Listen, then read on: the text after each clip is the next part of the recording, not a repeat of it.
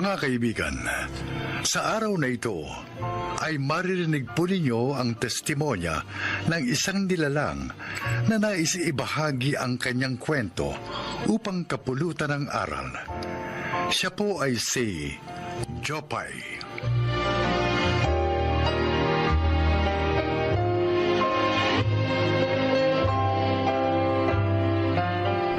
Ako'y isang kabataan na namulat ng maaga sa kahirapan ng buhay. Simple lamang ang aking pangarap, ang umasenso at maiangat ang kabuhayan ng aking pamilya. Paano ko po yun magagawa? Ito po ang aking buhay.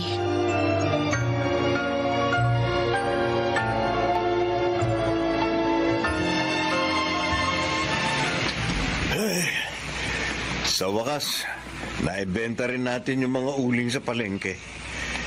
Beruin mo, 2 bundok at 3 ilog ang tinawid natin para lamang makarating dito sa kabayanan. Itay, nagugutom na po ako. Ay, sige. Tara't pumunta tayo dun sa kalapit na bakery para bumili ng makakain.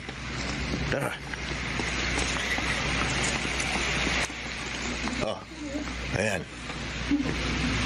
Tingnan mo, anong tinapay ang gusto mong kainin? Ito pong ensaymada. Ali, isang ensaymada. At saka isa rin ito, ano? Tsaka 2 soft drinks. Sige po, sandali lang. Ate! Pabili rin po. 2 po nitong pandikoko. Ay, saan lang punta mo? Bakit nakasuot ka ng ganyan? Papasok ako sa school. School? Oh, Ano pong ginagawa niya dun? nag-aaral. Bakit kailangan mong mag-aral? Sabi ni Mama, kailangan daw mag-aaral para matupad ko yung mga pangarap ko. Ganun ba yun? Ikaw, nag-aaral ka ba? Hindi. Japay, ito na yung ensaymada at soft drinks mo. At tara, kailangan na tayo sa ating sityo bago pa lumubog ang araw. Sige po, Tay.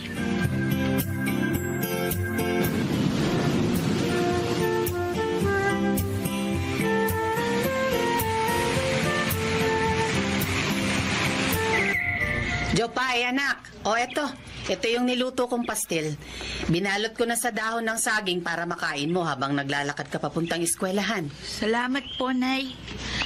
Sigurado po akong hindi ko mapapansin ang pagod sa sarap ng niluto niyo. Pero anak, palagi ka mag-iingat ha. Lalo na't 3:00 pa lang na madaling araw ngayon. Nagkalat pa rin ang mga mababangis na hayop sa paligid. Huwag po kayong mag-alala. Palagi naman po akong may dalang kawayan na may tusok sa dulo. Sakaling lusubin ako ng mababangis na hayop, maipagtatanggol ko po ang aking sarili. Ay, Alis na agad yung anak mo. Opo, Tay. 6:00 po ng umagang pasok ko. 3 oras po ang lakaran mula dito hanggang sa eskwelahan namin. 2 bundok at 3 ilog ang kailangan niyang tawirin para lamang makapag-aral. Bakit naman kasi kailangan pa niya mag-aral?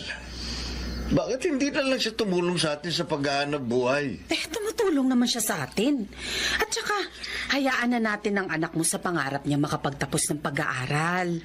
Pag nakatapos po ako ng pag-aaral, makakahanap po ako ng mas magandang trabaho at malaki po ang maitutulong ko sa pamilya. Hindi matutupad yung pangarap mo. Sa lugar natin, ni isa, walang nakatapos ng pag-aaral. Ang importante lang, marunong ka magtrabaho at dumiskarte. Mabubuhay ka na. O, siya. Sige na, Jopay. Umalis ka na. Baka mahuli ka pa sa pagpasok. Sige po, Nay. Tay, alis na po ako.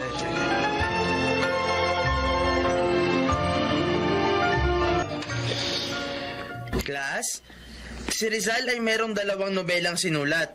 Ito ay...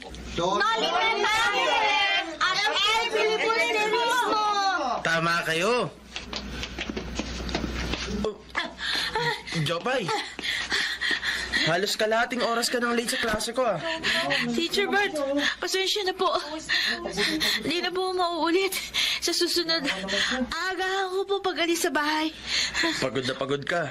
Pumunta ka muna doon sa upuan mo at magpahinga ka. Opo, Teacher Bert.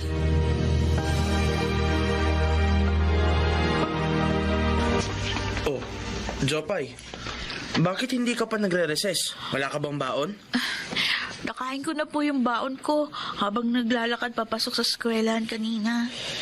Nabalitaan ko nga na 2 bundok at 3 ilog ang tinatawid mo kada araw makarating lang dito. Alam mo, Jopay, natutuwa ako sa'yo. Kasi kahit mahirap makapunta dito, tinitiis mo para makapag-aral ka. Ay siya nga pala, dinalang kita ng pagkain. Mas magandang may laman ng sikmura para madali mong matutunan ng lessons natin. Salamat po. Ipagpatuloy mo lang ang pagsusumikap mo makatapos ng pag-aaral. Balang araw, maaabot mo rin ang mga pangarap mo.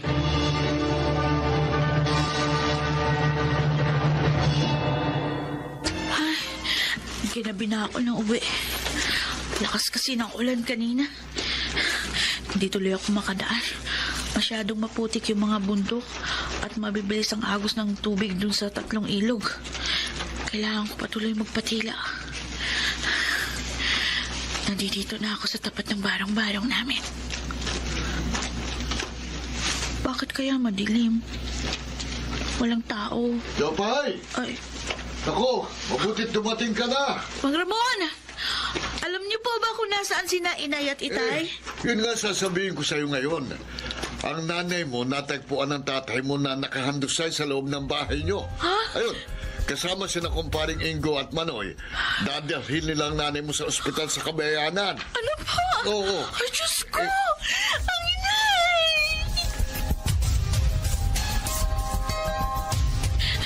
Kumusta na kaya si Inay? Diyos ko po, huwag niyo sana siyang pabayaan. Sana iligtas niyo po siya. Ay, eto na pala si Itay at mga lalaking kapitbahay namin. Buhat-buhat nila si Inay na nakaupo sa itinaling kumot sa kawayan.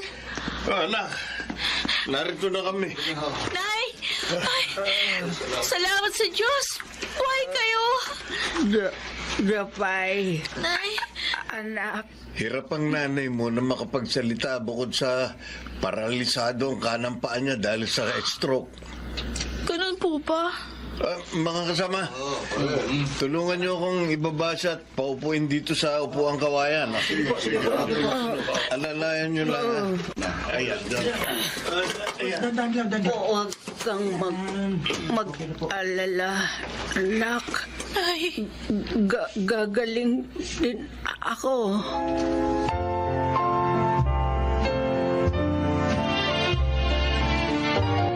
Ayan. Naubos niyo na po yung niluto kong lugaw para sa inyo, Nay. Nabusog po ba kayo? Salamat, anak.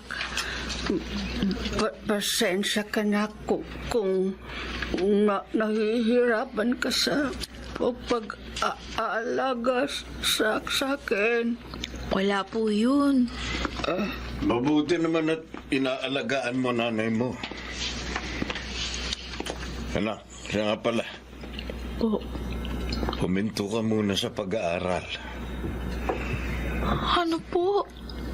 Walang mag-aalaga sa nanay mo. Nasa trabaho ako pag-araw. Tayong 3 lang naman ang nandito sa bahay. Huminto ka na sa pag-aaral para makatulong ka sa nanay mo. Sige po. Bukas pupunta ako ng eskwelahan para magpaalam kay Teacher Bert.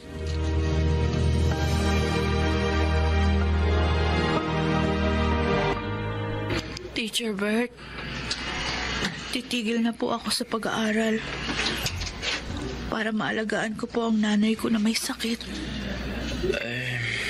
Ganun ba? Nakakalungkot naman, Jopay. Nakakapanghinayang. Dahil ikaw ang pinakamatalino sa buong klase. Pero naiintindihan ko kung bakit gusto mong huminto sa pag-aaral. Maraming salamat po. Dahil naging mabuti po kayo sa akin. Mamimiss ko po kayo, Teacher Bert. Ako rin, Jopay. Mamimiss din kita. Kung mapagdesisyonan mong bumalik ulit sa pag-aaral, lumapit ka lang sa akin. Tatanggapin kita ulit sa klase ko. Ayan. Nay, naigagalaw niyo na yung kanang paa niyo. Tsaka bumabalik na rin sa normal ang inyong bibig. Nawawala na po yung iwi. Dahil yan sa pag-aalaga mo sa akin ng ilang buwan, nagpapasalamat ako sa iyo at sa Diyos kasi nadugtungan ng buhay ko. Konting panahon na lang at makakalakad na uli kayo. Oh, anak. Tay, Eto, nakabili na ako ng gamot ng nanay mo. ay, pagod na pagod kayo, Tay. Magpahinga po muna kayo. Inuutang ko yan sa kaibigan ko dun sa Kabayanan.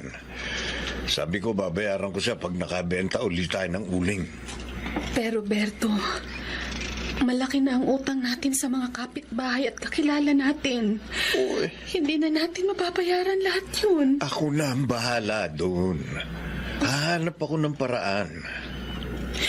Si Jopay baka pwedeng makatulong sa'yo. Uy, sino mag-aalaga sa'yo kapag nagtrabaho si Jopay? Naigagalaw ko ng mga paa ko. At bumalik na sa normal lang ang pagsasalita ko. Makakaya ko na ulit mag-isa dito sa bahay. Uy, ano Jopay? Kaya mo ba maguling? Sige po. Tutulong po ulit ako sa inyo sa pag-uuling. Pero susubukan ko rin po maghanap ng trabaho sa Kabayanan para medyo malaki po yung sasahurin ko. Ano naman trabaho ang papasukin mo kung sakali? Kasambahay po.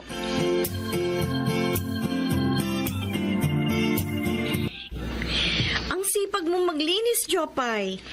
Maayos at pulido din ang gawa mo. Gusto ko yan. Salamat po, Ma'am Gina. Anyway, eto palang sahod mo para sa buwang ito. Ay, Ma'am. Sobra po yung pasahod niyo sa akin. Talagang sinobrahan ko na. Tutal, masipag ka naman at mapagkakatiwalaan. At saka para makatulong na rin yan sa pamilya mo. Maraming salamat po. Malaking tulong po ito sa amin.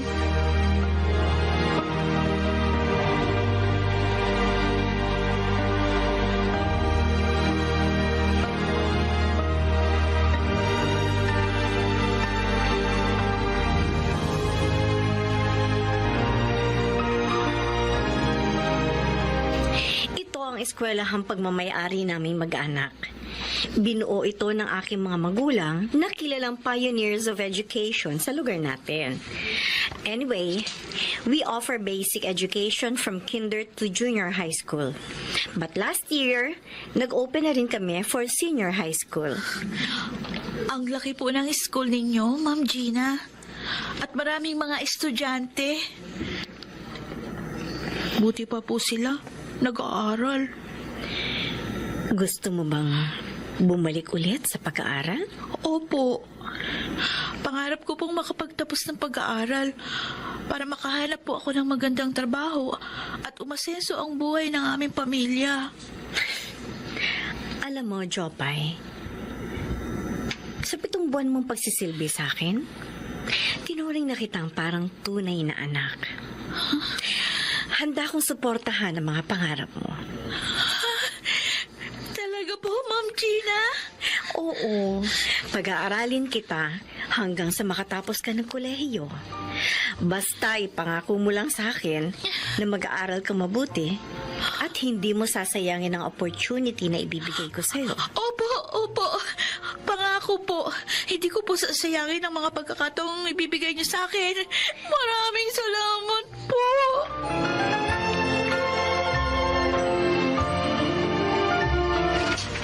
Sinong inaabangan mo? Ay, syempre ang anak natin. Ngayon daw siya uuwi. Ay, ayan na siya! Ayan na si Jopay Berto! Tay! Jopay! Anak! Nandito na po ako! Anak!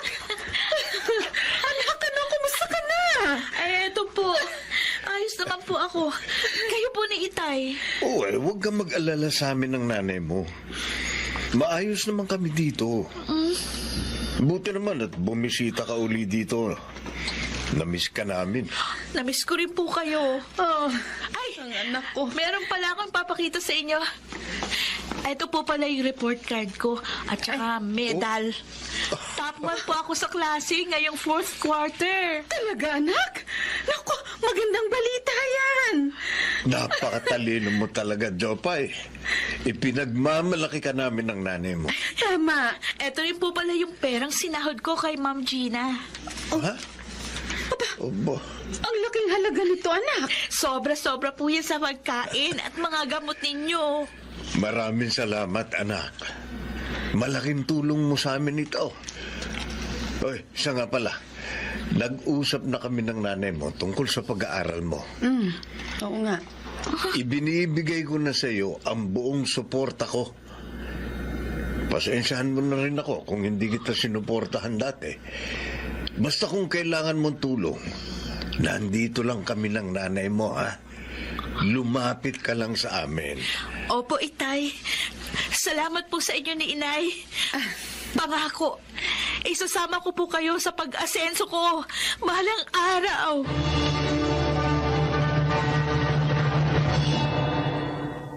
Masaya ako dahil sa wakas, nakuha ko na rin ang buong suporta ng aking mga magulang sa pag-abot ko sa aking mga pangarap. Sa kasalukuyan, nasa grade 11 na po ako at isang honor student. Oo, malayo pa ang aking lalakbayin para tuluyan kong maabot ang aking pangarap.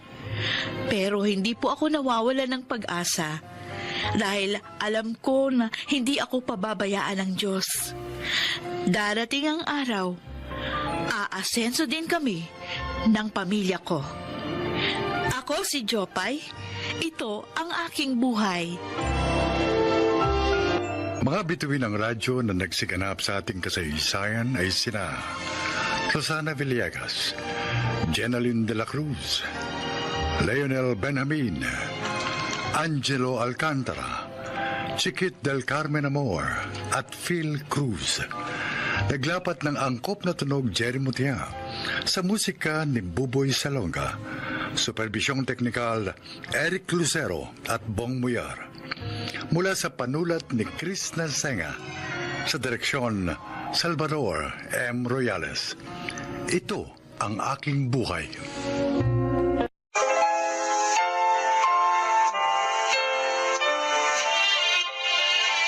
Tatlong anak ko, ngunit 2 na lamang ang nabubuhay.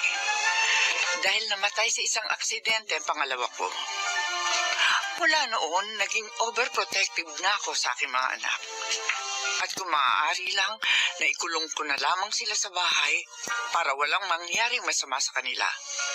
Gagawin ko. Nasaan na po to si ate? Mag-aalas 11 na. Sabi niya alas 10 uuwi na siya. Ay, siya na siguro to. May bumato na sa bintana ko. Bubuksan ko. Uy, buksan mo na mahay sa bintana. Dali. Oo, sandali. Oh, kumapit ka sa kamay ko. Paolo? Si Mama. Ate, bilisan mo ng pagkakaya sa bintana. Hindi nakalak ang pinto ng kwarto ko. Baka mahuli tayo ni Mama. Oo, sandali lang. Isang pa ako na lang ang hindi ko pa naapak eh. Sandali. Bilisan mo. Oh, dahan-dahan sa pagbaba. Baka marinig tayo. Paolo! Sige na, mag-ayos ka ng itsura mo. Ma, sandali lang oh.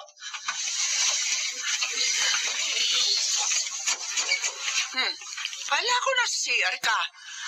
Bakit ang tagal mong binuksan yung pinto? May tinatapos kasi ako, Ma. Ang ate mo, wala sa kwarto niya. Umalis na naman ba? Nandito ako, ma.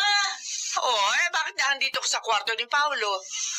Oh, tapos, hindi ka pa rin nagbibihis. Nakapanglakad ka pa. Pinag-usapan kasi kami ni Paulo. Nawili ako. Hindi pa ako nagbibihis mula kanina nung pag-uwi ko. Oh, sige na, gabi na. Matulog na kayong dalawa.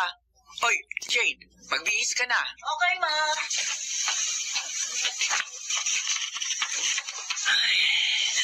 Akala ko mahuhuli na tayo. Bakit kasi ginabi ka na naman? Nag-jam lang kami ng mga friends ko.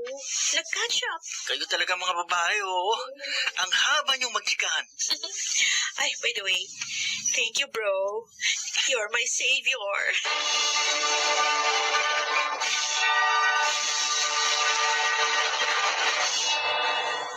Sigurado ka bang hindi ka magta-try out? Sayang naman ito, Paolo. Kapag naging varsity player ka ng school natin, libre na tuition mo. Oo nga sana eh. Pero nagsabi na ako niyan kay mama. Nung high school pa ako pero hindi niya ako pinayagan. Malay mo ngayon, payagan ka na. Hindi yung papayag. Subukan mo lang. Wala namang mawawala sa iyo eh. Anong wala? Kapag nagsabi ako kay mama, sigurado mawawalan ako ng katahimikan kasi maglilita niya sa buong araw at baka pagising ko, the next day, ganun pa rin. May part 2, part 3, part 4. Yun ang mga sermon na maririnig ko sa kanya. Pero gusto mong mag-basketball, di ba? Hindi lang gusto. Gustong gusto. Gusto mo. Samahan kita magpaalam kay tita. Di lalo ako nakagalitan. Iisipin nun, nagharap ako ng kakampi. Baka pati ikaw madamay. Sige. Huwag mo na lang ituloy. Pero, Paolo, sayang ang opportunity na ito. Sayang din ang talento mo kung hindi mo magagamit.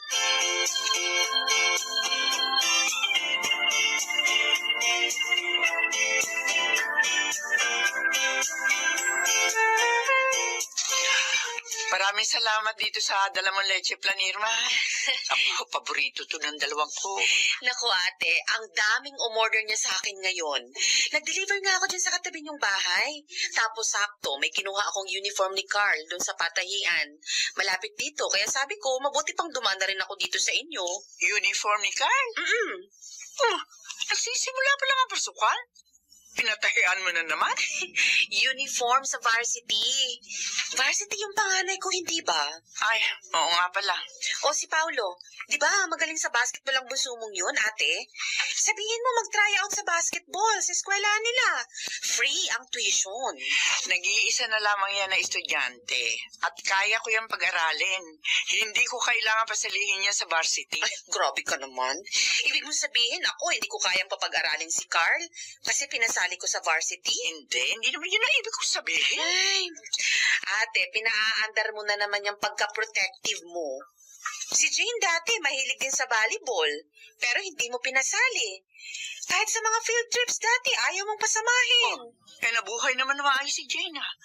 Kahit hindi nakakasama sa mga kaek-ika na yan, di ba? O tingnan mo ngayon, may maayos ng trabaho. Karanasan ang pinag-uusapan dito.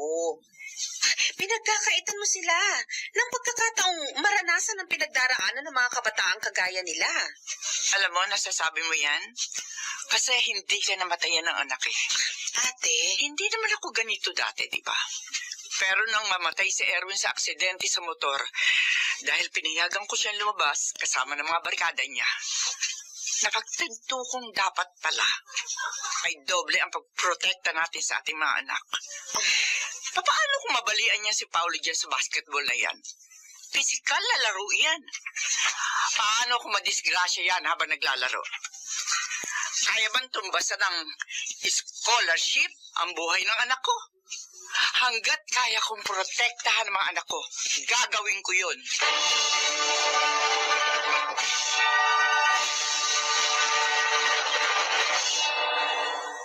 Paolo, mahirap yan sinasabi mo. Sige na, pa. Baka naman pakinggan ka ni mama. Ayoko sanang subukan kasi alam kong hindi papayag eh. Pero nung makita ko nag-practice si na Carl, pati si Jimboy na anak ni Tita Irma, naiingit talaga ako pa. Gusto ko rin maglaro. Sige na naman oh.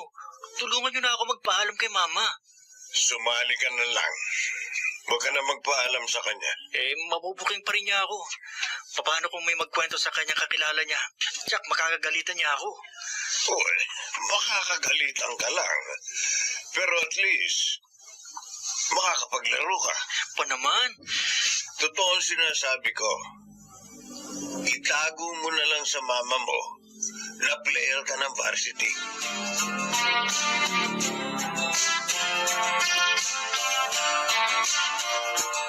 Jane, ibot mo nga yung marurumid damit ng papa mo na maisalang ko na rito sa washing machine. Okay, ma. May tumatawag. Teka. Numero lang to ah. Sino kaya ito? Hello? Ako nga. Oh, bakit? Ano? Nasa ospital? Sino, ma? Sino nasa ospital? Nasa ospital daw ang kapatid mo!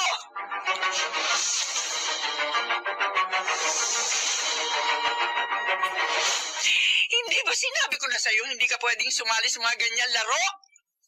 Tingnan mo ang nangyari sa'yo.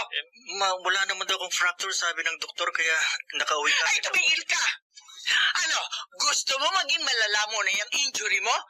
Bago mo maintindihan kung bakit hindi kita pinasasali sa mga ganyang pisikal na laro? Ha? Ma, At saka isa pa, paano mo nagawang magsinungaling sa akin, ha, Paulo? alam ko naman kasing hindi ka papayag eh. Pero ma, gusto ko talagang basketball.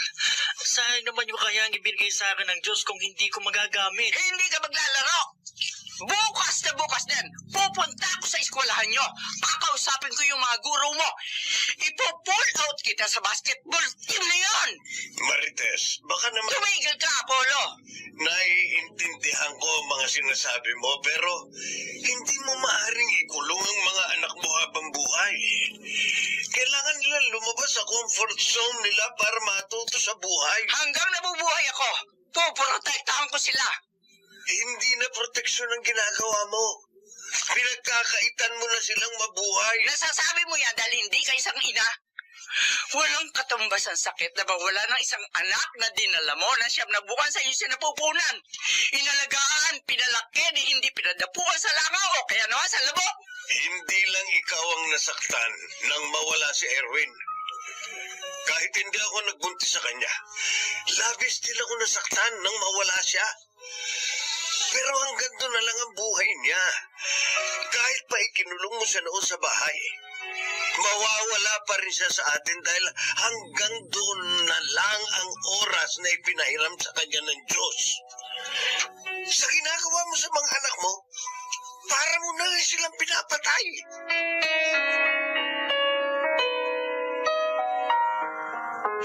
Mano po, tita? Oh, Carl, awang ka ng Diyos. Si Paolo po. Hirap po sana ako ng libro.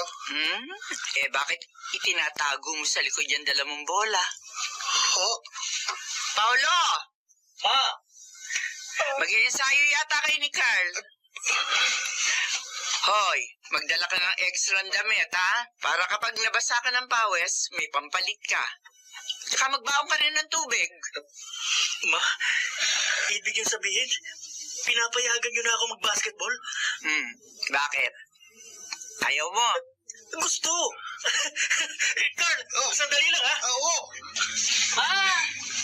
Bakit? Magkikita-kita kami ng mga kaklase ko nung high school. Basta huwag kang uuwi ng lasing. At talagang patutulugin kita sa labas ng bahay. Promise. Oh, Carl. Thank you, Ma. Anong tinitingin-tingin mo? Ang bait niyo pala, tita. Pwede po bang magpaampon na lang ako sa inyo?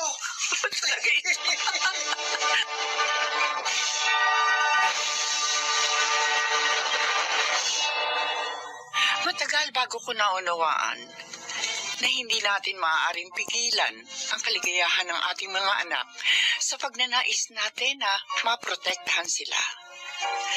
May mga karanasang hindi natin maaaring ipagkait sa kanila. Bagamat nag-aalala tayo sa kanilang kaligtasan, wala tayong ibang magagawa kung hindi ang manalig sa Diyos na Siya ang mag-iingat sa ating mga anak. Ngayon, mas naging malapit kami sa isa't isa ng aking mga anak dahil mas nauunawaan ko na sila. Sa mga kapwa ko overprotective na ina, nawa po ay may natutunan kayo sa aking kwento. Ako si Marites, ang aking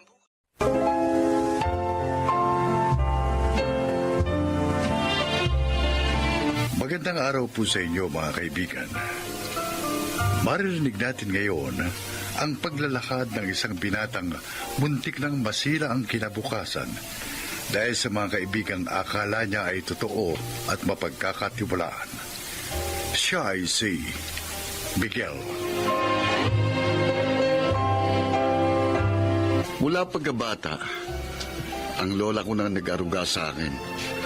Ngunit dahil stricto, natuto akong magrebelde at humanap ng sarili kong kalayaan hanggang sa napabarkada ako noon. Doon nagsimula ang aking kalbaryo. Ano? Sinong matapang? Lumabas ang matapang? Mga walang iya kayo. Miguel! Yo, ano ikaw? Ikaw ang matapang, ha? Hinahamon mo ba ako? Damuho ka? Ay ko, ba? Lasing na lasing ka na naman. Hindi mo na naman ako nakikilala. Umuwi ka na dahil hindi pa nakakatulog si Mama dahil sa'yo. Sino ka para pauwin ako, ha? Bilisan mo! Ano? Gina! Ay, naku. Ito na nga ba sinasabi ko? Hindi nakatiis ang matanda. Uy! Ang pinakamamahal kong lola pala. Ay, apo, halika. Tutulungan na kita. Ma, sabi ko naman sa inyo, huwag na kayong susunod dito. Hindi mo naman kayang iwi itong mag-isa eh. O, hindi hihilahin ko siya pa pauwi. Ika, bitiwan niyo ako. Saan niyo ba ako dadalhin? Tama na. Ha? Tumahimik ka na dahil marami nang natutulong. Wala akong pakialam!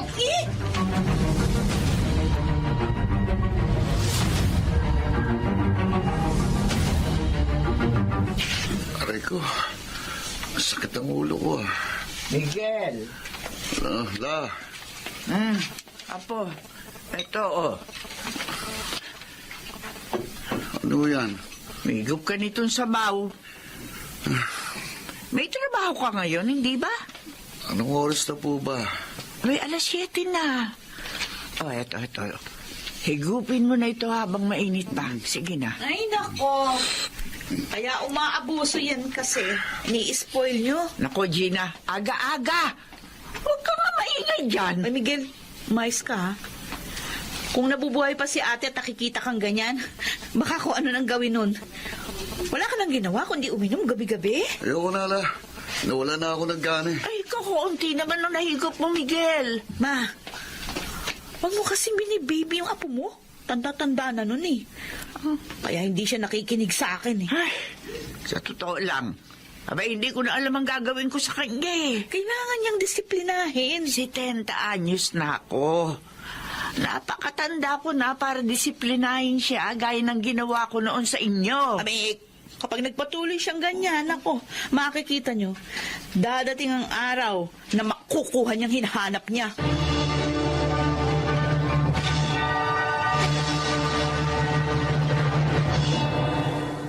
Miguel, bilisan mo. Pare, tagal mo. Itrabaho ko eh. Uy kami, wala. Oo naman kambay lang kasi tayo. Sa bagay. Saan tayo pupunta? Sasamahan natin itong si Aris Manligaw. Hindi tayo iinom kundi aakyat ng ligaw. Bago yan, ha? May nakakilala kasi ako magandang dilag na bumihag sa puso ko. Dilag. Pare, siguruhin mo lang na mapapasagot mo si Jessa. Dahil kung hindi, aagawin ko siya. Pare, walang talo-talo. Humanap ka rin na sa'yo. Tara na. Ano pa hinihintay natin? Oo. Ayos, tara.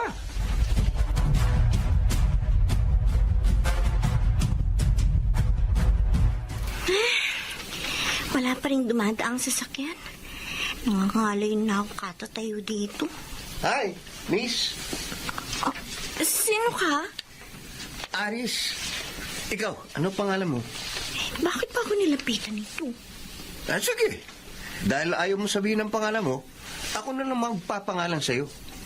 Teka, ano ba magandang ipangalan sa'yo? Beautiful.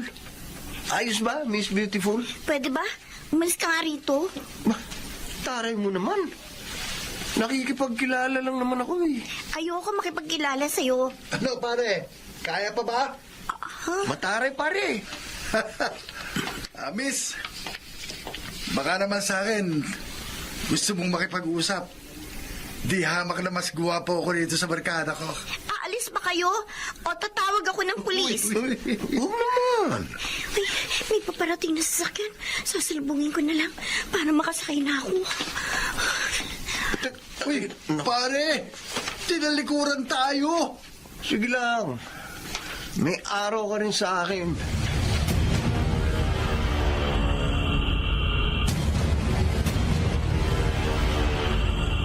Ikaw naman para unang lumapit sa kanya. Ha? Miguel, nung una, hindi ka lumabas eh. Ba't ba pinagtitripan mo yung babae yun? Estudyante pa yata yun.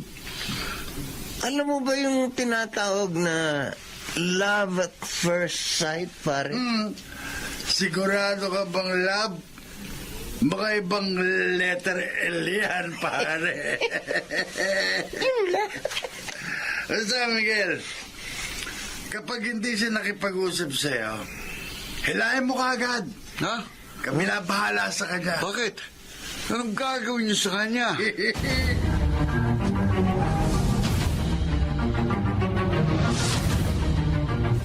Bitiwan niyo ako! Ano ba? Ano bang gagawin niyo sa akin?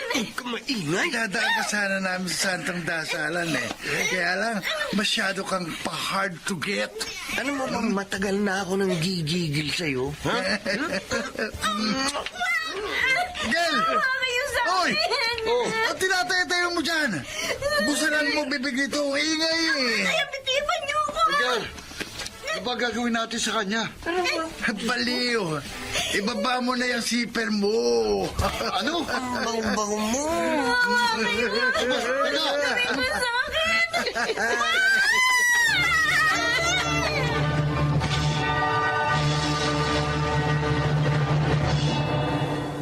Ma, baka humaba na yung leeg niyo katatanaw dyan kay Miguel. Hindi siya umuwi kagabi, Gine. Ay, baka kung saan na inabot ng kalasingan yun. Paano kung may nangyari palang masama sa kanya? Buti bahala siya sa buhay niya. Huwag ka nga nagsasalita ng ganyan. Nay, mag-almusal na kayo. Kung uuwi yun, uuwi. Teka, ayun o. Tumatakbo papunta rito. Si Miguel yun, di ba? Makakatikim talaga sa akin ng Miguel na yan. Eh, kaya nagre-rebelde kasi kung ano-ano sinasabi mo. Ma! Oh, Miguel! Lola! Bakit kayo ka lang? La, itago mo ko. Hinahanap nila ako eh. Hinahanap nila ako pero wala akong ginawa. Wala akong ginawa, La. Sino? Ay, sino naghahanap sa iyo? Hoy! Ba't ganyan ang itsura mo? Pawis na pawis ka. Tsaka puro putik yung paa mo. Auntie Gina, tulungan mo ko. Wala akong ginawa. Wala akong ginawa. Nagdodroga ka ba? Bakit nanginginig ka? Ano ba nangyari, Miguel? Opo. Opo. Hoy, Pulis ba itong nakatayo sa labas ng pinto natin? La, hindi, La. Huwag niyo sasabihin na nito ko. Huwag. Nagmamakaawa ako.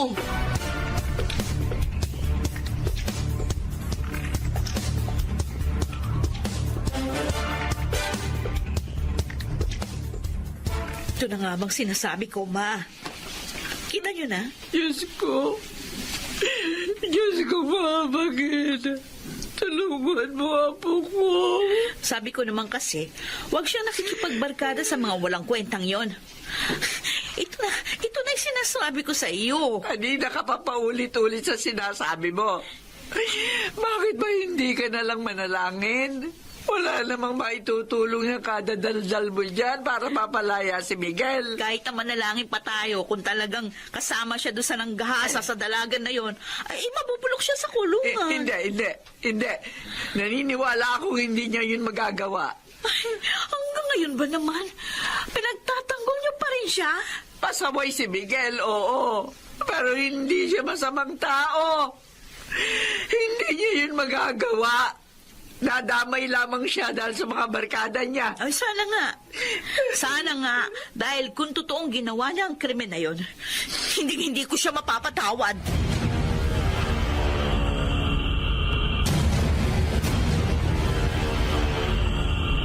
La, maniwala ka. Hindi ko ginahas ang babae yun. Hindi ko yung magagawa. Oo, apo, alam ko. Kaso, isa ka sa mga itinuturo niyang kasabwat ng dalawa mong kaibigan. Kaya hanggang hindi natatapos ang hearing. Look, dito ka ka muna mananatili sa bilangguan, Apo. Tiisin mo lang muna ang sitwasyon dyan sa loob, Apo, ha? Makakalabas ka rin. May awa ang Diyos. Ayoko rito. Ayoko rito. Gusto ko nang umuwi, La. Isama niyo na lang ako. Kaso hindi maaari, Apo. Hayaan mo. Palagi ka namin bibisitahin ng auntie mo. Kung alam ko lang na mangyayari to, kung alam ko lang, sana hindi ko na kayo sinuway sa mga pangaral niyo sa akin. Nagsisisi na ako, La. Pinagsisisihan ko lahat.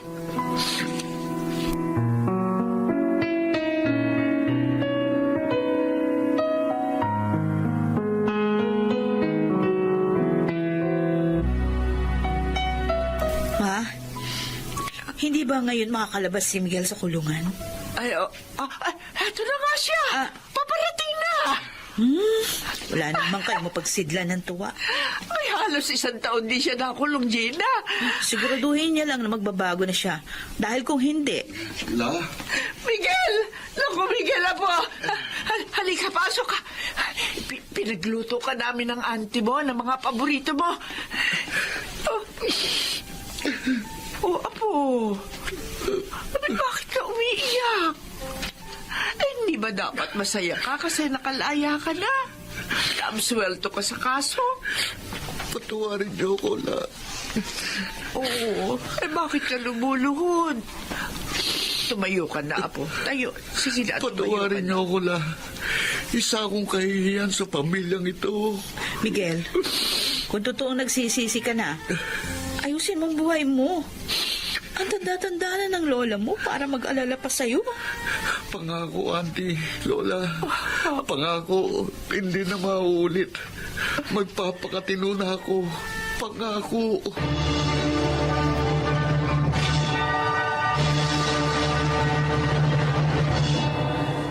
Para sa akin, isang bangungot ang nangyari yun na hanggang ngayon ay hindi nawawala sa aking alaala. Pero dahil sa pangyayaring yun, napagtanto ko kung gaano kahalagang pangaral sa akin ng aking auntie at lola. Totoo nga ang sabi nila, may mga leksyon sa buhay natin na kailangan nating matutunan sa mahirap at masakit na paraan. Nawa po'y may napulot kayong aral sa aking kwento. Ako po si Miguel, dating pasaway, at ito ang aking buhay. Ang pangaral ng mga nakatatanda sa atin ay hindi lamang mga salitang walang kahulugan. Madalas, ito ay ilaw na nagsisilbing gabay sa ating mga tinatahak na daan. Mga nagsiganap, Susan Robles, Yudel Benamin, Rosana Villegas, Chiquit del Carmen Amor, at Phil Cruz sa papel na Miguel. Naglapat ng angkop na tunog Jerry Mutia. Sa musika Buboy Salonga. Superbisyong teknikal Eric Lucero at Bong Muyar. Creative Consultant Phil Cruz. Production Assistant Anching Cruz. Ito'y mula sa panulat ni Rita Labanon. Sa direksyon Salvador M. Royales. Ito ang aking buhay.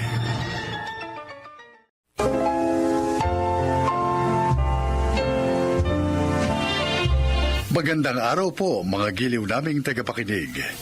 Ngayong araw na ito, maririnig natin ang kwento ng isang dalagang breadwinner ng kanyang pamilya. Siya ay si Marie Chris. Maagang nag-asawa ang panganay namin. At bilang pangalawa sa magkakapatid, ako ang umako ng responsibilidad na dapat ay kanya. Dahil maayos ang aking trabaho at masipag naman ako, kaya ko namang itaguyod ang pamilya namin. Ngunit lahat pala ay may hangganan.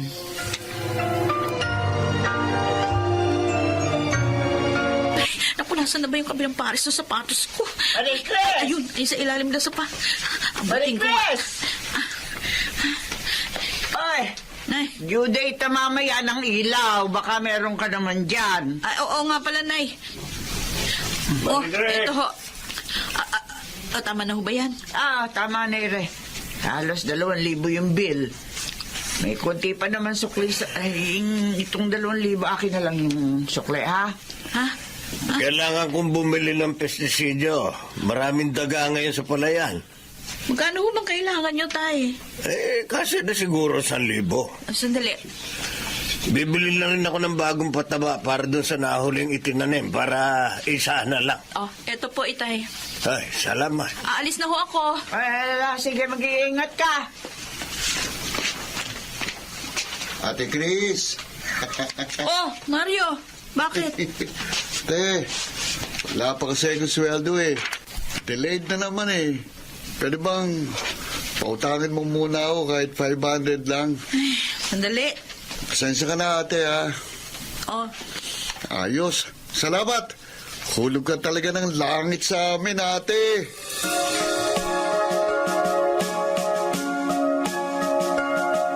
Kailangan ko yung mga data bukas para sa meeting ko with the board, Marie Chris, ha? I-prepare mo lahat ngayon, Yes, okay? sir. Yes, sir. Huwag kang uuwi na hindi pa natatapos yun, ha? Opo, At sir. kapag natapos mo yan, bukas, bukas, i-assist mo yung team sa pag-facilitate ng meeting, Okay ha? po, sir. Ayoko na alam mo pagkakamali, ha? Yes, sir. Baka naman puro ka yes, sir, ha? Siguraduhin mo, magagawa mo yan, okay? Yes. Yes, sir. Good. Sir? Basta gawin mo. Okay po. Bukas ng meeting. Ngayon lang nagsabi na kailangan niya ng mga data. Naku! Kapag naging boss din ako balang araw, sisiguruhin ko, hindi ako magiging tulad niya.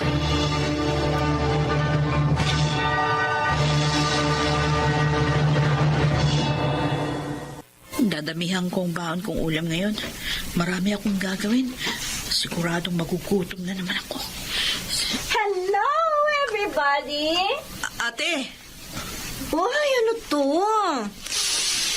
Bango. Nagluto ka ng fried chicken? Baon ko yan. Wow! Favorite ito ng anak ko. Pengen naman akong isa. Sakto lang yung niluto ko. Or bigyan mo na lang kaya ako ng pambili ng manok. Oh, sige na nga. Kunin mo na yung isa. Thank you. Bakit ka na pa rito? Grabe naman ang tanong mong yan, Marie Chris. Alam mo na may extension na to ng bahay namin eh. Hayan lang kami sa likod oh. Ang ibig ko sabihin, ano ang kailangan mo? Siyempre, gutom ng mga inakay, kaya naghahanap ng pagkain ng inahin. Aalis na ako. Teka lang, sandali. Ano ba? May pera ka ba dyan? Bakit ba? Hindi pa kasi sumusweldong kuya mo sa construction eh. Baka naman pwedeng pahiram muna. Pambili lang ng bigas. Kung may bigas pa dyan sa lalagyan namin, kumuha ka na lang. Damot naman ito. Sige na, pambigas lang. Oh, akala ko ba bigas yung kailangan mo? Sige na nga. Oo na, umalis ka na kasi malilate ka na. Pero, teka lang, nakachinelas ka lang bang papasok? Ha? Ay, oo nga pala. 30 anyos ka pa lang, Marie Chris. Hindi ka pa nga nakakapag-asawa? Makakalimutin ka na?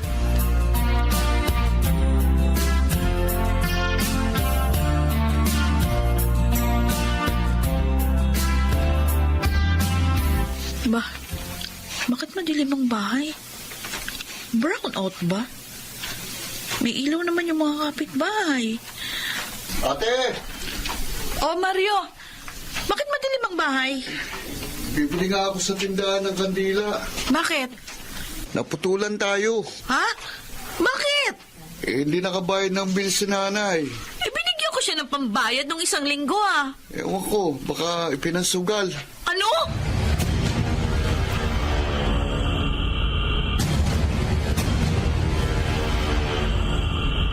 Ayan. May ilaw na ulit tayo. Maraming salamat, Marie Chris, ha? Sensya ka na. Bala ko sana kasing paramihin yung pera mo. Para hindi na ako humingi sa'yo ng pambayad sa tubig. Kaya lang hindi ko naman inaasahang matatalo ko. Nay! Iset. Sugal ang pinag-uusapan natin dito. Ay, hindi kayo talaga makakasiguro dyan. Pasensya ka na nga. Yan na nga ba sinasabi ko? Ano na naman? Hindi ka naman kasali sa usapan eh. Kapag may kailangan bayaran dito sa bahay, Marie-Grace, sa akin mo na lang ibigay. Oo, para ipang-inom mo lang. Hindi ako manginginom, Moy. Umiinom lang ako kapag nayayaya ng mga kumpare ko. Hindi ako kagaya mo na nilulumot ng puwit sa sugalan. Nay! Tama na yan! Magtatalo na naman kayo! Alis na ho ako. Nagpaalam ako sa boss ko na mag-half day lang. Okay, sige. Sige na. Mag-ingat ka.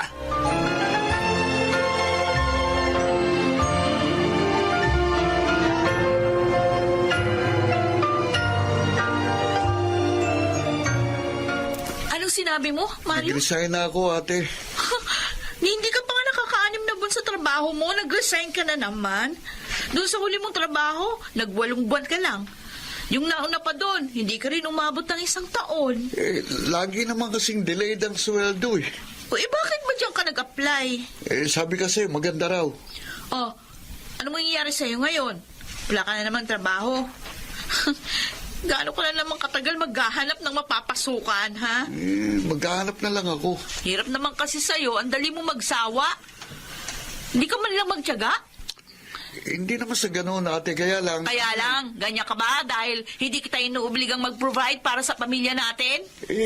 Alam mo ba, kung ilang taon na ako nagtatrabaho, magsasampung taon na. May naipon na ba ako kahit konti? Wala. Dahil naubos lang lahat sa gastusin dito sa bahay. Hindi nga ako makabili ng bagong sapatos. Ate... Magsikap ka naman. Nakakapagod din magtrabaho, ba? Nag-iisa lang ako. 2 lang ang kamay ko. Tulungan mo naman sana ako. May pinag-aralan ka naman. Ay, gamitin mo. Hindi yung lahat na lang kayo nakasandal sa akin. Napapagod din ako.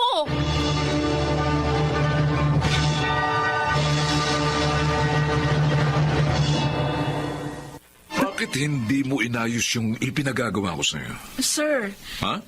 may pinapatapos pa po kayo sa akin. O, di ba sabi ko sa'yo, urgent yun, urgent. Sabi niyo po, i-prioritize ko tong ginagawa ko ngayon. Ay, nako, urgent yun, Marie Chris. Ang sabi ko sa'yo, urgent.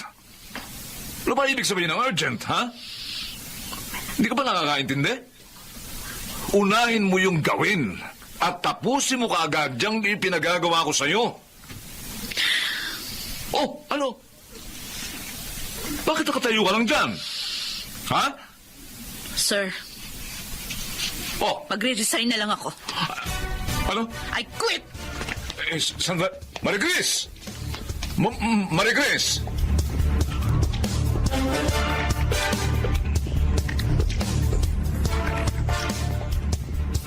Ba? Himala ah. Tanghali na, nandito ka pa rin? Ano kailangan mo, ate? Hihingi lang ako ng mainit na tubig. Wala na pala laman yung termos eh. Maligtres!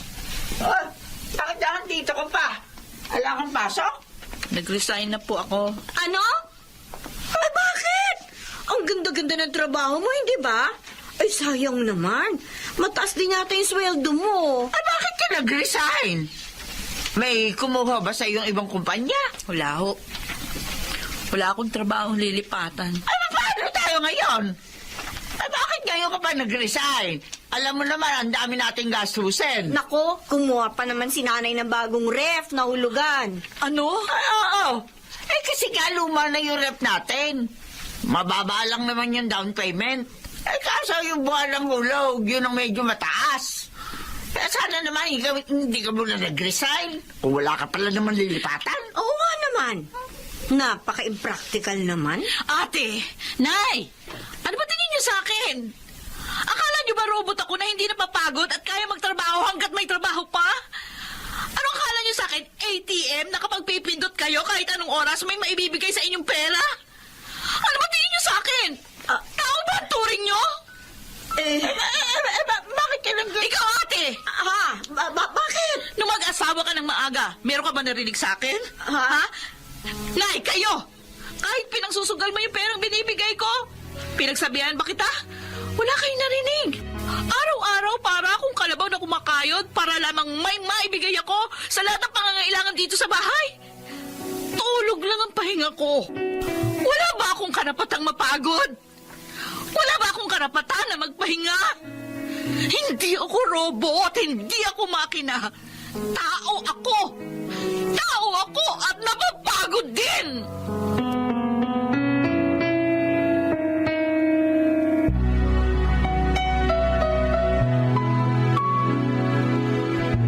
Ate, may trabaho na ako. Kahit huwag ka na muna magtrabaho. Ako na muna ang bahala sa mga gastusin dito sa bahay. Maganda rin ang ani ng palayan natin, Marie Chris. Wag mo na munang alalahanin ng mga gastusin dito sa bahay. Kami na muna ang bahala. Ate, sorry Pagpasensyahan mo na kami, anak. Nasanay kasi kami na ikaw palaging sumasalo sa mga pangangailangan dito sa bahay. Kaya mo't pagsasabihan ko na ang nanay mo na tumigil na sa pagsusugal. Pasensya ka na, ate, kung masyado kaming naging kampante sa iyo eh. Ang gusto ko lang naman maging maayos ang buhay natin. Pero sana wag niyo namang iasa sa akin lahat. Naiintindihan ka namin. Kaya nga humihingi kami ng paumanhin. Pasensya ka na.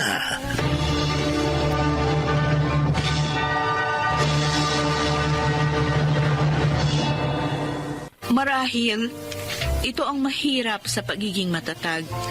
Dahil aakalain ng mga tao sa paligid mo na hindi ka napapagod o kaya nanghihina. Pero mula noon, napagtanto ng aking pamilya na kailangan ko rin ng karamay at katuwang sa mga kagaya kong breadwinner. Hindi naman natin kailangang pasanin ang lahat. Paminsan-minsan, kailangan din nating magsabi na napapagod na tayo. Ako po si Marie Chris at ito ang aking buhay. Sa dami ng ating mga pinapasang problema, hindi mali ang makaramdam ng pagod. Kapag ang buhay ay naging napakabigat na, matutong magpahinga upang makaipong muli ng lakas sa pagharap sa mga susunod na umaga.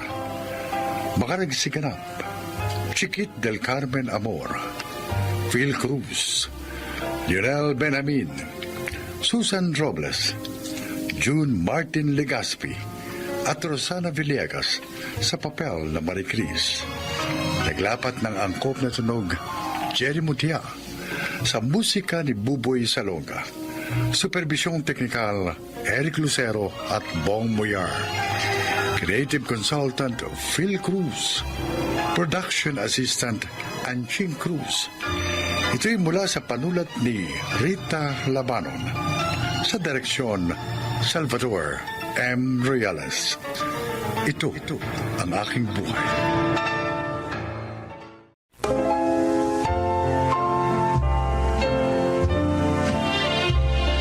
Magandang araw po mga kaibigan. Isa na naman pong kwento ng buhay, ang kapupulutan ng aral ang inyong maririnig.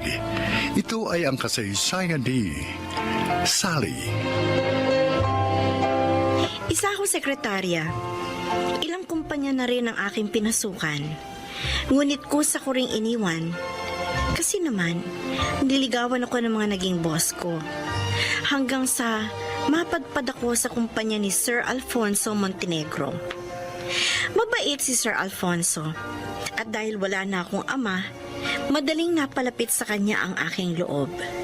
Dito ko po sisimulan ang aking paglalahad. How do you feel now, sir? Maayos na ang pakiramdam ko, Sally. Ako, kinabahan po ako nung makita kong sinusumpong na naman kayo. Salamat sa pagsama at pagtulong mo sa akin, ha? Okay lang po yan, sir. Boss ko po kayo eh. Okay, pwede mo na akong iwan. Don't worry about me, sir. Aalis po ako pag uuwi na kayo. Kasi ibig sabihin, malakas na kayo. Maalalahanin ka talaga. Mapalad ang mga magulang mo sa'yo. Ulila na po ako sa ama, sir. Kami na lang po ni inay ang magkasama. Dahil may asawa ng 2 kong kapatid. Sir Alfonso, alam na po ba ni Ma'am Olivia ang tungkol... Hindi pa ako handang sabihin sa kanya. Lunchtime na. Tara, sabay na tayo mag-lunch. Pasensya na, Randy. Hindi pwede eh. Ikaw naman, lagi mo na lang akong tinatanggihan. Wala ka lang naman gagawin, di ba? Oo nga. Kaso, niyayaya ako ni Sir Alfonso na sabayan siya mag-lunch. Ha? Sige ha, pupuntahan ko na siya. Lagi na lang siyang kasabay ni Sir Alfonso. O hindi sa lunch, sa merienda. Ba? Sumusobra na yata ang closeness nila. Pani, tara, kain tayo. Pag mamaya pa, punuan na sa kantin itong office. Huwag mo nang isipin si Sally. Obvious naman na hindi kanya type Tanggapin mo na lang yun. Alam mo, naiintriga ako sa sobrang pagiging close nila ng boss natin. Parang may something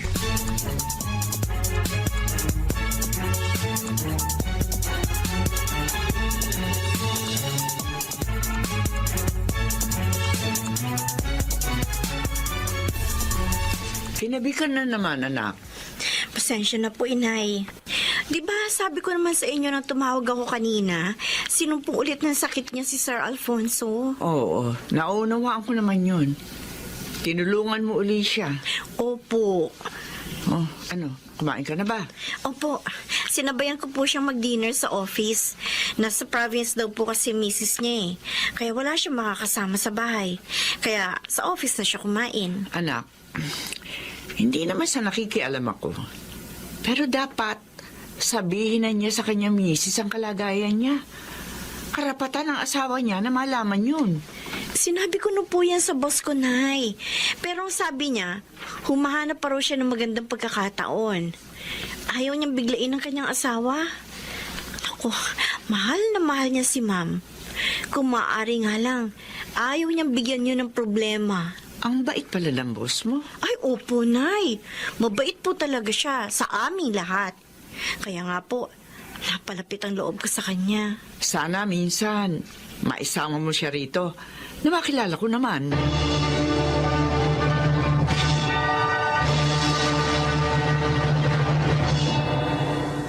Alfonso, halika nga. Oh. Ba't nagagalit ka na naman, Olivia? Ang aga-aga. Dahil sa panyong ito na nakuha ko sa bulsa mo. Ha? Kanino to? Sa babae mo? Ha? Nagkakamali ka. Olivia, mula nung ikasal tayo, naging tapat ako sa iyo. Sinungaling! Magaling ka magtago. Kaya hindi kita nahuhuli sa akto. Hindi totoo yan. O kung ganon, kanino ang panyong ito? Bakit nasa bulsa mo? Hindi ko maaari sabihin sa kanya na panyo ni Sally yung Ano? ginamit sa pagpunas ng pawis ko. Hindi ka makasagot dyan. Dahil huli ka na. Isang kaibigan lang ang may-ari niya. O sinong kaibigan? Sabihin mo sa akin para maniwala ako sa'yo.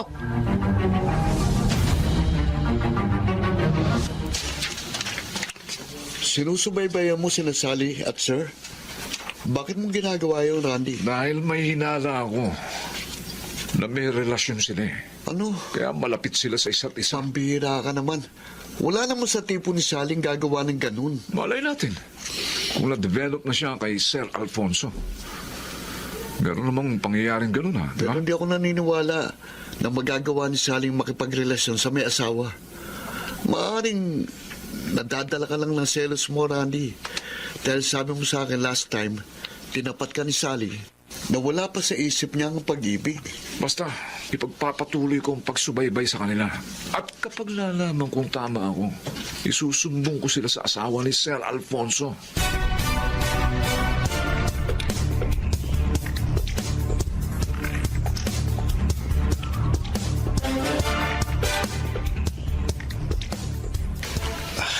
Sally, Sir, nanghihina ako. gusto niyo po bang tawagan ko ang doktor ninyo? Hindi. Huwag. Ayoko malaman dito sa office na may sakit ako. Baka makarating yun sa asawa ko. Pero sir... Umi-epekto na naman ang gamot na ininom ko. Magpapahinga na lang muna ako dito. Okay, sige po. Tawagin lang po ninyo ako kung Okay na kayo at aalis na tayo. Sinasalit Sir Alfonso sa opisina. Bago sila umalis, nagtagal muna sila sa room ni Sir Alfonso. Anong ginawa nila ron? At ngayon naman, initid uli ni Sir si Sally dito sa kanilang bahay, ha? Talagang tama ako. May relasyon sila. Tatawagan ko si Ma'am Olivia. Kailangan malaman na niya lahat.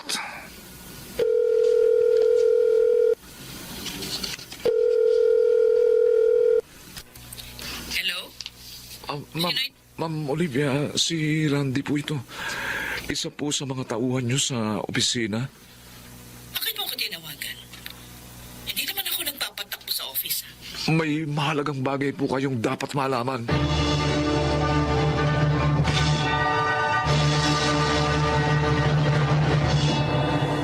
Oh, narito na tayo sa lugar na sinabi mo, Randy.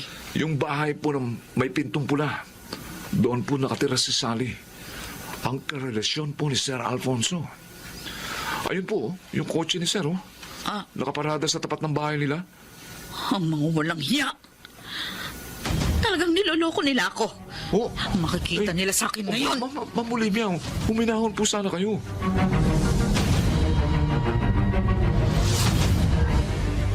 Sure po ba kayo, sir? Nakaya niyo nang magmaneho? Oo, Sally. Oo. Dapat pala hindi niyo na ako inihati dito sa amin. Naatraso tuloy kayo ng gusto sa pag-uwi. Kung hindi kita inihatid, malamang na disgrasya ako. Dahil sa daan ako aabuti ng pagsakit ng ulo ko. Sa bagay po. Sir, salamat po ulit ho. Salamat din uli sa inyo ng nanay mo, ha? Oh, tutuloy na ako. Sige Magaling? po. Oh, Ang gandang eksena. Sir, si Ma'am Olivia. Sinabi ko na ba eh. Niloloko mo ako. At ang sekretarya mo pang itong karelasyon mo? Olivia, huwag kang mag-iiskandalo dito. Mali ang iniisip mo. Isang mabuting sekretarya si Sally. Sinungaling! Huwag mo na ipagtanggol ang malanding yan! Huwag po kayo magsalita ng ganyan, ma'am. Wala po kaming relasyon ni Sir. Tumigil ka! Hindi mo dapat sinampal si Sally. Nakakahiya ang ginawa mo. Ako pa? Ako pa ngayon ang nakakahiya? Ano ang kaguluhan nito? At ikaw ang babae ka. Bakit mo sinampal ang anak ko, ha? Inay, siya po ang asawa ni Sir Alfonso, si Ma'am Olivia. Edita? Ikaw ba si Edita? Oo, ako nga. Hindi mo ba ako natatandaan? Ako si Olivia, ang kaibigan mo. At madalas kasama nung araw. Olivia? Magkaibigan kayo? Paano po nangyari yun? Kapitbahay namin sila nung mga bata pa kami, anak. Nagkahiwalay na lamang kami nung magdalaga na. At anak mo pala si Sally? Oo. At mapapatunayan ko, wala silang relasyon ng asawa mo. Tapat ako sa iyo, Olivia. Kalain na sa ganitong paraan pa tayo magkikita uli, Olivia. I'm sorry, Editha. Hindi ko alam na may sakit pala ang asawa ko. Sa sobrang pagkaselosa ko ng pagbintangan ko si Sally na anak mo pala. Ay, nakakahiya talaga ako. Walang mabuting ibubunga ang pagiging sobrang selosa. Oo nga, alam ko. Kaya nga, talaga magbabago na ako ngayon. Maswerte ka. Mahal ka ni Alfonso. Tinanggap niya ang ugali mo. Mahal na mahal ko rin siya. Siguro kaya ako ganito dahil meron akong diferensya. Hindi ko siya nabigyan ng anak. Magtiwala ka sa kanya, Olivia. Tapat siya sa'yo. At sana, samahan mo siya sa kanyang pagpapagamot.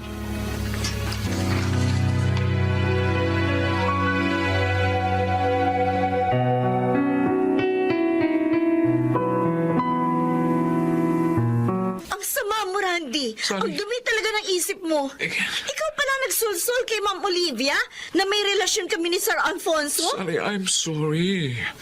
Nadala kasi ko na selos eh.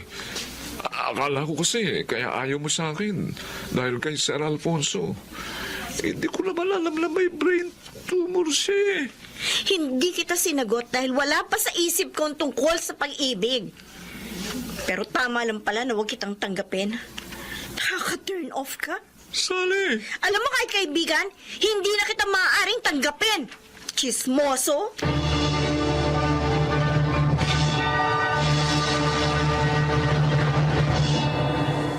Dahil sa kahihiyan, umalis si Randy sa kumpanyang pinapasukan namin.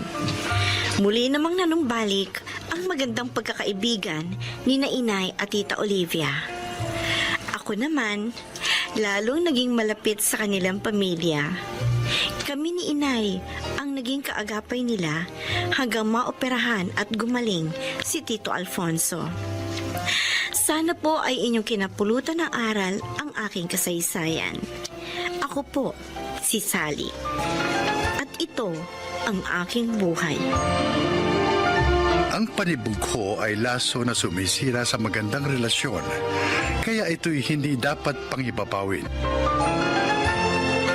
Mga nagsiganap: Susan Robles, Yonel Benamin, Rosana Villegas, June Martin Legaspi, Phil Cruz, at Chiquit del Carmen Amor sa papel na Sally.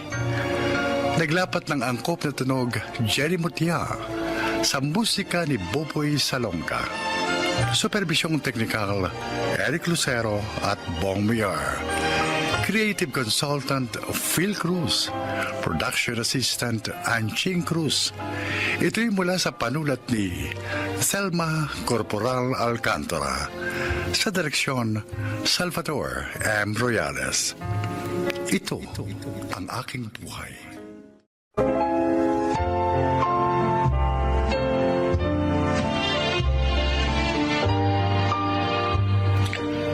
Mga kaibigan, pakinggan po natin ngayon ang isa pang natatanging kasaysayan na ilalahad sa atin ni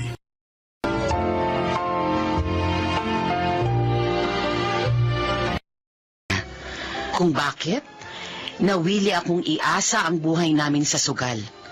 Samantalang ang aking mga anak, buhay na magulo rin ang kinasanayan.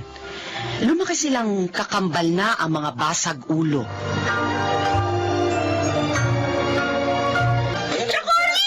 Chakori! Sina Jordan at Troy! Hinuli raw ng mga gwardiya sa convenience store sa kanto. Ano? Nambato raw kasi na nambato doon. Ayun, napasok yung salamin ng pinto ng tindahan. Buwisit ng mga batang yon. Kung kailan nasa kasarapan na upo ko rito eh. Ay, Makore, hindi ka pa pwedeng tumayo, ha? Wala ka na ng talo ko sa'yo. Ako rin. Talo na ako eh. Kaya hindi ka po pwedeng basta na lamang umalis. Sandali! Bawi ako. Ay, sandali! Ano, pababayaan ko na lang yung mga anak ko, ganon? Basta, babalik ako! Hintayin niyo ako! Kakagulo na naman sa may kanto kanina nang madaan ako.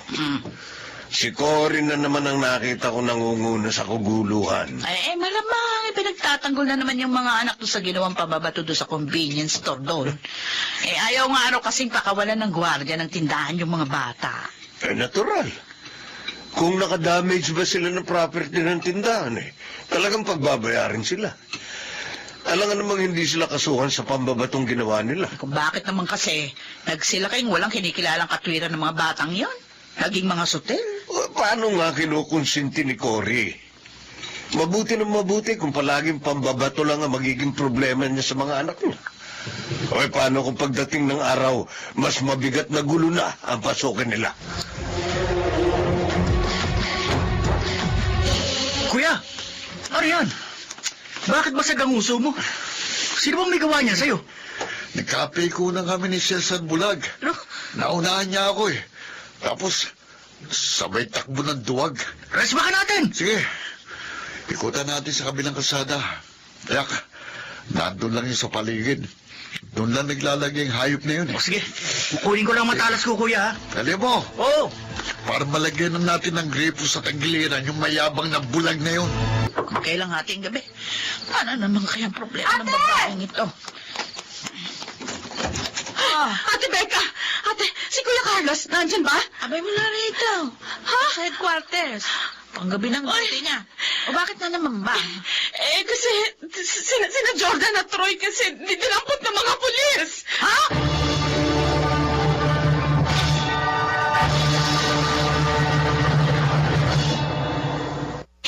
problema nga po, Inay. Kitang-kita sa CCTV na talagang pinagtulungan bugbugin ni na Jordan at Troy si Cesar Bulan. Si Troy po ang may hawak ng patalim. Kaya may matibay na ebidensya laban sa kanya. Ayaw magsitigil Akala mo may siyam na buhay mga yun. Parang pusa. Ay, ang hilig sa away. Ang nakakainis, damay pa tayo sa mga kabusita nila. Ang tanong, kumusta naman yung silaksak ni Troy? Nagpapagaling pa raw po sa ospital. Ang balita, hindi naman daw po malala ang tama. Kitang-kita rin po kasi sa CCTV na mahusay umilag si Cesar Bulag Siguradong makukulong pa rin sila. O pwede ba namang hindi magdemanda yung naagrabyado nila na ospital? Kahit pa haragan yung nakaaway nila, maliwanag na sila yung nanugod at nanakit. Pinagplanuhan nila magkapatid yung pag-atake doon sa tao.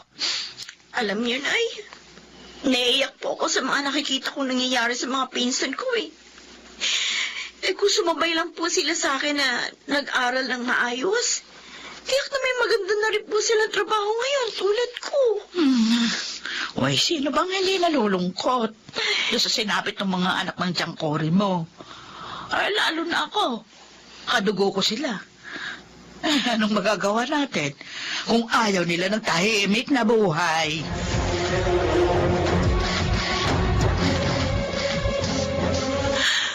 Pumayag naman sa pakikipag-areglo yung pamilya ng naagrabyado ng mga anak mo. Kuya. Pero dahil na-inquest na sila at nasampahan na rin ng kasong frustrated murder, sa korte na kayo magkakaayos. Pero nakakulong pa rin ang mga anak ko. Pwede mo naman silang piyansahan para pansamantalang makalaya. Kanino ko na naman kaya isasangla yung isang kwartong paupahan namin para lang mailabas ko sila sa kulungan. Naisangla ko na kasi yung isang kwarto dahil sa kaso ng pagnanakaw ng gulong ng kotse ni Troy nung nakaraan. Talagang maisasanla mo ng buo yung bahay na naiwan ng asawa mong namatay. Dahil sa tigas ng tuktok ng mga anak mo. May pinagpapatong-patong na lang nila mga kaso nila. Dapat dyan sa mga anak mo, ibartol nila. Ano yun? Teka, sino kaya yung dalawang kabataan na yun na pinoposasan ng mga pulis? Oh, Diyos ko! Sina Jordan at Troy! Oo nga! Ang mga anak ko ang hinuhuli niyo ng mga pulis! Kailangan puntahan ko si Kuya Carlos! Kailangan malaman niya ang nangyari sa mga anak ko!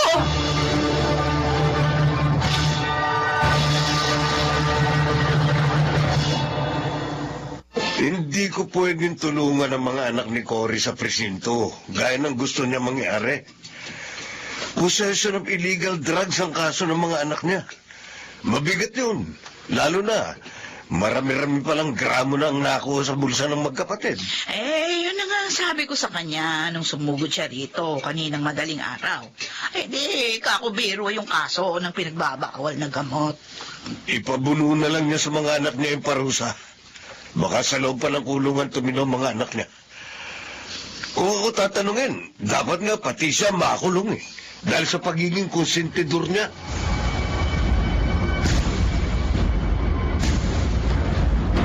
O anong sabi ko sa'yo noon, Cory? Total ka ako. May nakukolekta ka naman buwan-buwan sa mga paupahan ninyong mga kwarto. Ayusin mo ang mga buhay ng anak mo. Pag-aralin mo. Gabayan. Anong ginawa mo? Nagsugal ka ng nagsugal. Ate, ayaw nga nilang mag-aral. Ano magagawa ko? Pwede ngayon, sumusuka ka ng pera para lang mapagtakpan yung mga kaso nila. Kung may isusuka ka pa nga, gaya na yan. Bawal na gamot ang kaso. O isa ka kukuha ng 100,000 imumulta sa kanila, Magsisiman ako ngayon. May mangyayari pa ba, ate? Kasi naman masyadong matigas yung mga pangatwiran mo. Ayaw na ayaw mong napagsasabihan ka sa mga ugali ng mga anak mo. Ayaw mong ituwid ng buhay niyong palpak. Hanggang kailan niyo pangangatawanan yung mga maling nakasanayan niyo? Ikaw, Cory, hanggang kailan, ha? Hanggang kailan?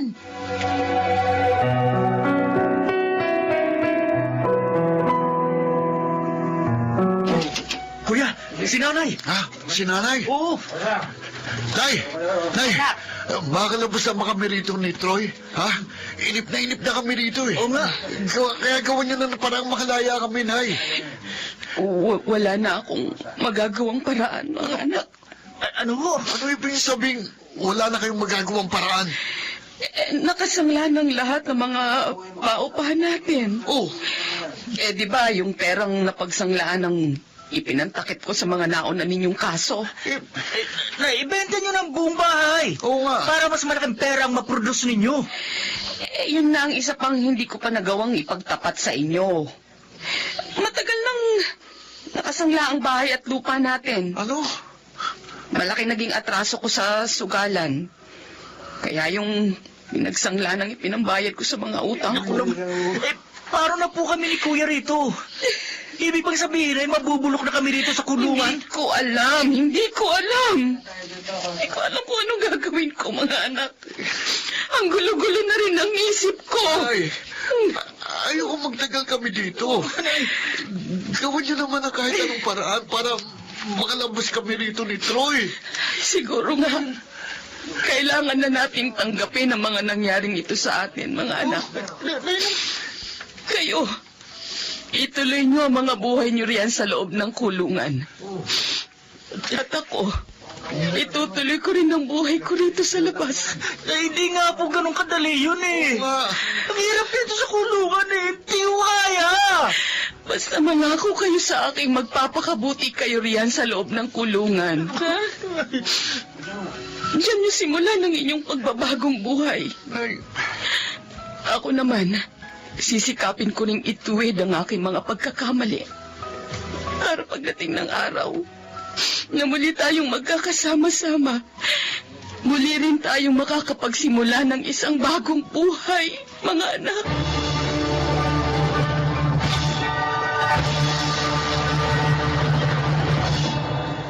Sa mga maling desisyon ko sa buhay, sa bawat maling landas na tinahak ko, kung bakit maliwanag na nakikita ko na ang mga maling resultang inihatid ng mga yun sa buhay naming mag-iina.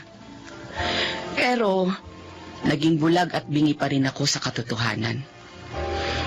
Kailangan pang magkahiwa-hiwalay kami sa isa't isa para lang mamulat kami sa aming mga pagkukulang. Nakakulong pa rin sina Jordan at Troy bilang pagsisilbi sa mahabang sentensya ng kanilang kasalanan. Pero tulad ng ipinangako ko sa kanila, hindi ako nakalilimot sa pagdalaw sa kanila araw-araw. Tulad ng hindi ko rin pagkalimot sa pagbabagong ipinangako ko sa aking sarili, para na rin sa kapakanan ng aking mga anak. Ako si Cory, at ito ang aking buhay. Gaano ba tayo kadalas magkamali ng landas na tinatahak at patuloy na nagpapatangay sa mga kalakaran ng mundo? Sikapin nating huwag tahakin ang maling landas nang sa gayon maging mas malapit sa atin ang kabutihan. Mga nagsiganap: Rosana Villegas, Chiquit del Carmen Amor, Phil Cruz, Maynard Landicho, Junel Benamin at Jenaline de la Cruz sa papel na Cory. Naglapat ng angkop na tunog Jenny Mutia. Sa musika, Buboy Salonga. Supervisyong teknikal, Eric Lucero at Bong Muyar. Creative Consultant, Phil Cruz. Production Assistant, Anching Cruz. Ito'y mula sa panulat ni Sel Barlam. Sa direksyon, June Martin Ligaspi at Maynard Landicho Jr. Ito ang aking buhay.